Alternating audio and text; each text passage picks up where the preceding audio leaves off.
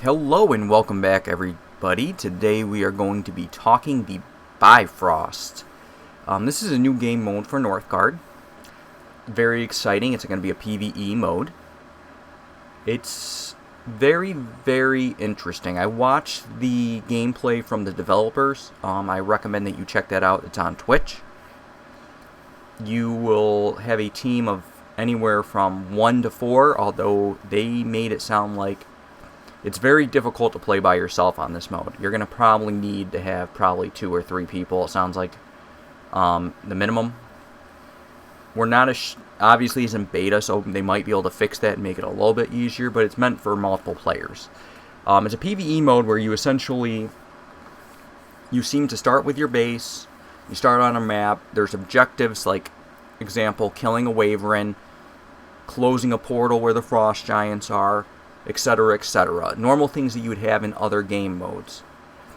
You get special bonuses from doing so, like you might get frost arrows on your watchtower, which obviously slow the attacker hit by it. And then there were other options as well. I think you got something for your spike traps. You can make spike traps and they will freeze the enemy or something like that. So those are all very cool. It's like little unique bonuses for the game mode. I'm hoping they bring some of that into Conquest as well.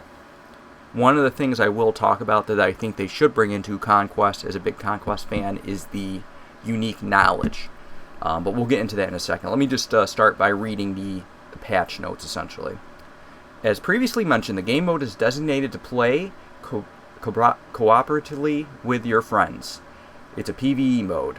4 clans facing up to 4 clans facing attacks from foreign forces outside your realm.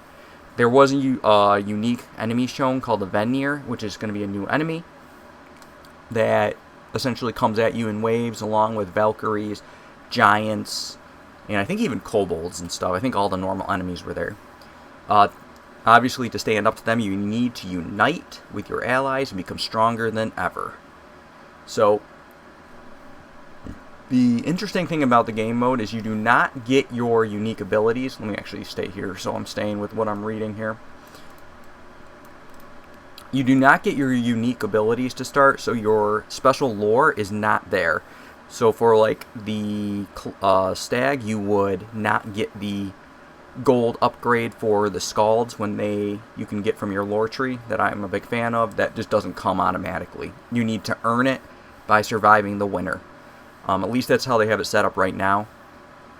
You also have to select a few buildings beforehand, and those are buildings that you have, and otherwise you need to unlock buildings the same way. Essentially surviving every time you get through a winter and you get through an attack raid, you get a new option for a special thing.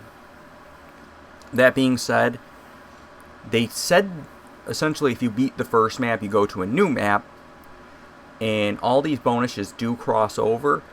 The issue that I have with that, and we'll get into that in a little bit, I think a little bit deeper, is the lore.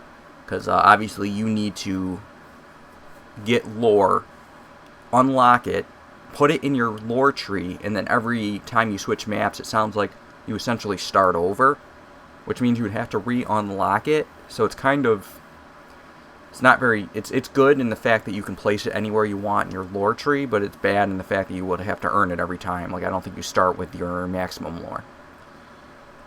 Buildings you're obviously going to start with, and then they did have like conquest bonuses for food and stuff, and I would probably pick that if they don't fix the lore, because if the lore doesn't just automatically come unlocked, like your lore tree resets every map, it would be better to get bonuses that are going to be consistent. And conquest bonuses do that very well. Anyways, let's continue. To face invasion, you'll have to help your team. You'll have your teammates to help you. Share some of your start withs. So, if your ally is the stag and they pick the Hall of the Scalds, which is like their brewery but better, you can actually request that you get the Hall of the Scalds, and they can actually put it down and then allow you to build it, which is really cool. And then, like, if you're playing Kraken and you want to give them your fish hut for extra fish because it produces more fish automatically, you can put it on their zone and construct it for them, but they have to request it from you to have you build it. That in itself is a cool idea, but at the same point, I think if your ally has it, you should be able to just put it down and build it. having to request it. I'm not sure if it costs them resources, but if it doesn't, they should just, as long as it's unlocked, everyone should have access to it. That's probably how I would set it up. Again, it's beta, so hopefully, people watch this, they might watch this, and then it gets back to them, and then they can think about changes as, it's being played. Plus, people are going to put on their Discord and through the beta playing it their suggestions. Share part of your resources you produce. There's like a little resource box down in the lower right, if I remember, that shares like lumber, food, and crowns to a certain extent. Build your buildings in your territories of your allies. Prepare your defenses, raise towers, and barricades. So barricades can be dropped for a cost instead of like having your military path unlock it and then be able to drop it. You actually can just drop them and it costs resources. It would be actually very cool if you could raise different types of towers in a sense for this mode. Like if that'd be something else cool I think they could do. Or even additional types of defenses. Stand together against the attacks, become stronger. So essentially what they're saying there is if you survive the attacks, which are generally at the end of winter, you will then unlock a bonus, which can be a conquest bonus or whatever. Here it's just showing you that someone has a bunch of different lores from different factions that they've earned over time. So you have rat, octopus, boar, bear, ox, and stag. Very interesting upgrades. If you could get a bunch of the special combat upgrades like the Endless Tide and the Young and the Proud, that could actually probably stack to be very nice. You could make very strong armies, I would think. Raise and find your way through the realms. Each year you survive, you'll unlock new buildings and knowledge. We've already talked about that. Find and complete additional objectives to gain collective bonuses. Those were the bonuses that you earned from like beating the special things such as the Wyverns I spoke about. Find the Bifrost on the map and use it to go to the next realm. There will be different realms, so you might have an ice realm, you might have a fire realm, you might have a metal realm, etc., etc. As you go to a new realm as well, the enemies get stronger. The issue is you don't want to stay too long on the initial realm to power up because that gets stronger as well. Each realm is more difficult to survive than the last. Get all the bonuses you can before you escape. So what it's saying there is do your best to collect everything because you have limited time because the waves and waves keep getting stronger and stronger. And you obviously want to go to the next map as strong as you possibly can. I like how it shows you a picture of like an ice wall with a bunch of enemies coming towards it. It reminds me of Game of Thrones. Go as far as you can through the realms. If you die on the way, try again with different strategy synergies and combinations of clans. So then it's just going to talk about the beta, how to get access. If you guys want to know, this is how you do it. I'll sit here for a second so you guys can watch it.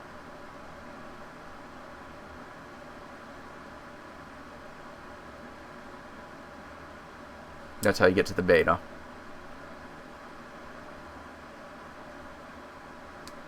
Anyways, that's all I have to talk about today for the Bifrost mode.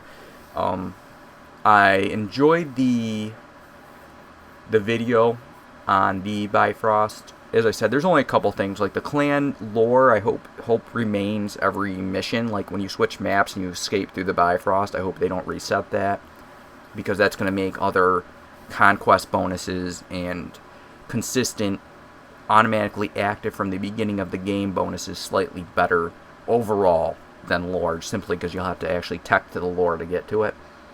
But that's really my only gripe right now that I saw with it.